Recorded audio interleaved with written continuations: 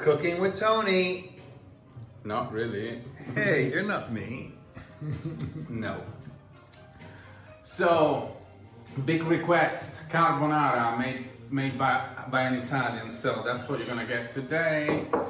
So it's a very easy dish. Disclaimer: I don't have pancetta or guanciale, so don't get mad. I'm gonna use some diced speck, which is like prosciutto, but it's like smoky and more like salty. Then you need a good like old Parmesan, although Pecorino Romano would be the best, but we have to use what we have. And we need... It's tough times. It's tough times, it's war times. And you need eggs. So, first thing I want to do is beat the eggs, but I'm going to split the yolk, because I'm going to use 3 yolks and a whole egg. So, we can put the whole egg in.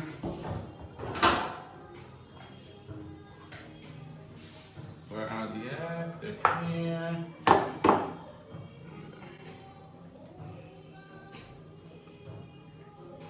So there are different theories about the eggs.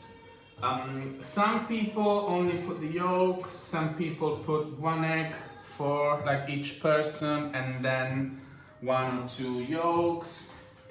I like to do it quite yolky, but still add a whole egg. Last one.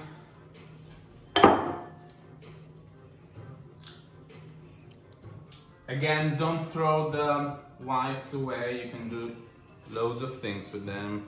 You can do like you can do meringues, for example. What? Meringues.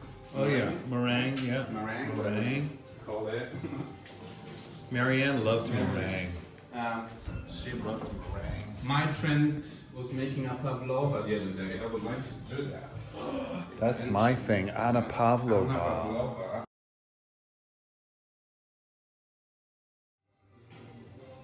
Now, first you want to beat the eggs a little bit.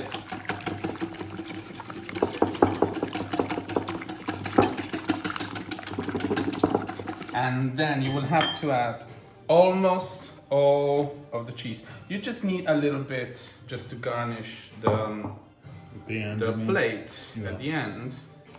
And this is fundamental. Plenty of peppers, like a lot. Molto pepe. Molto pepe, moltissimo. Moltissime pepe. Yeah. Look how much pepper. A lot of pepper. And voila, I think, yeah, this is enough. So you have to beat the hell out of them and make a nice cream.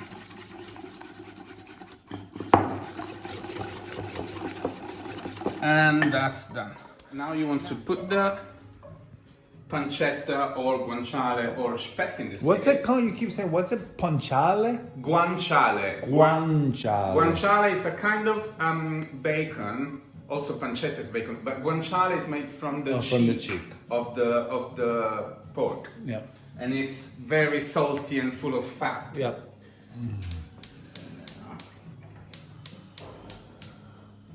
Okay, and you let basically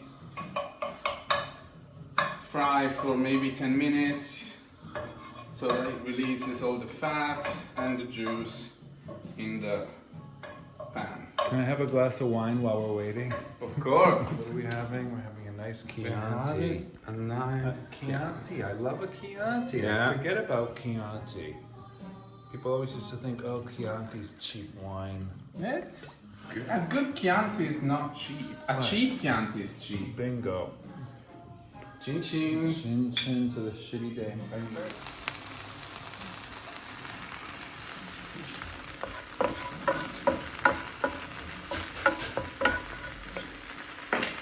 Okay, now that this is kind of brown, we can turn the hob off and we're gonna wait for the pasta to cook. I didn't put any salt in the sauce because it has the cheese And the speck is also quite flavorsome, or the pancetta or guanciale, whatever you're going to use. The only place where I put the salt is like the pasta water, because you know pasta needs that handful of salt. And so now we're going to cook the pasta, and then I'll show you how to put everything together. I'm from Ruichi Sakamoto. Back to you. So it's time for pasta. Again, we're doing gluten-free, so we're using quinoa pasta, which is quinoa and rice pasta, which is actually good because it keeps the bite. So. And you always use spaghetti? The spaghetti This carbonara. is spaghetti. This is Spaghetti, actually, like big spaghetti, like number 5, that would be the best. A little trick to open a bag of pasta. 1, 2, 3. Voila. Oh my god, I've never done that. I'm gonna put all of it. What do you think? Yeah, sure. Yeah. There we go. Preparation 13-15 minutes. So I'm gonna cook it for around maybe 10, 11, and then I'll go from there. It's very Japanese in this kitchen. From Sakamoto to Issei Miyake.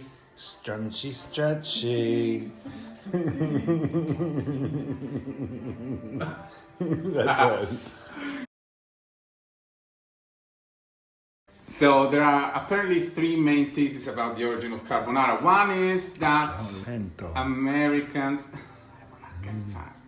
You So- don't need to. Hmm? You don't need to. Nice So- and slow. Okay, enough. So one is that Americans after World War II, when they were in Italy, they were trying to make a pasta dish, like a quick pasta dish with what they had. Ingredients they could find in the rations, which were eggs, powdered eggs, and bacon. They would bring bacon from America. Another one is that carbonari, who are those people who burn wood to make coal, they would cook pasta with cheese and egg the day before, and then they would heat it up using guanciale or pancetta, because that would release the fat and also some flavor.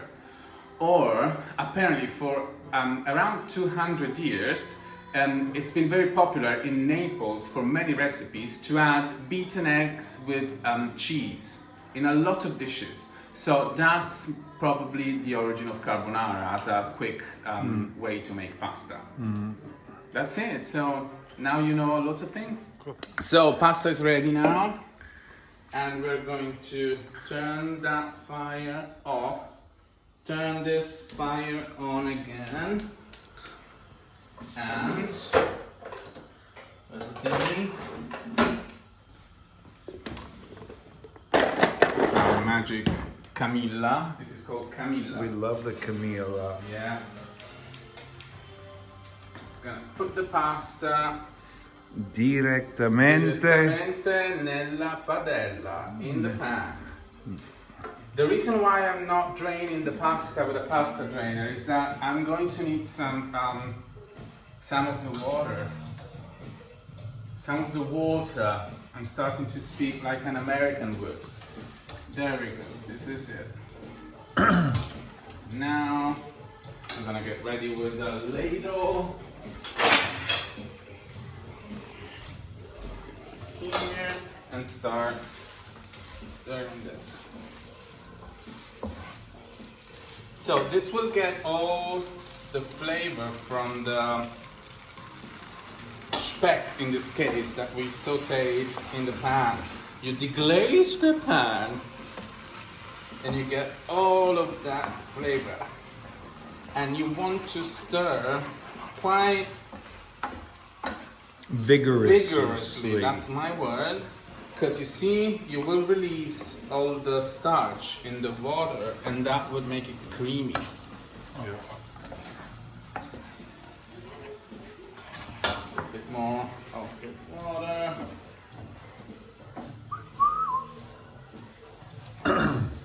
Okay, and we're almost there. So now So the way you assemble these ingredients together comes with experience. This is my trick, my method. So I'm going to turn the fire off. We don't need the fire anymore. And you pour the beaten eggs into the pan. Get all of it. And start and keep stirring. And that's it. That's pretty much it. You want to maybe add a little bit more of water because this will get sticky in like 10 seconds. Yeah. So you want to make it a little runny just before you plate it. There we go. Serve it. That's great. Okay, I'm gonna add a little tad more of water. People, some people add cream. You could get stoned in Italy, stoned to death in Italy, if you said like that you add cream. But you can do that. But as you can see, there's no reason. It doesn't need it. It's so creamy already. Look, and you're getting a facial at the same Yeah, time. exactly. All my pores will be so nice and open.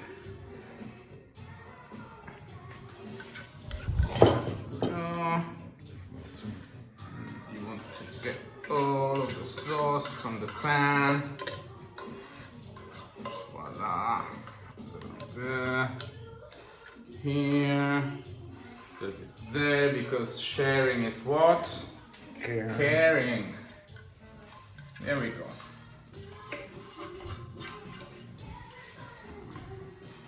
And this is almost done. So we only need to add a little bit of the cheese that we left, a little bit here, a little bit there, and last thing last, just to add some color, some freshly grounded pepper. And this is it. So I hope you really enjoyed this recipe, Julie, and everything else. My first carbonara, made by you. Let's see if I like it.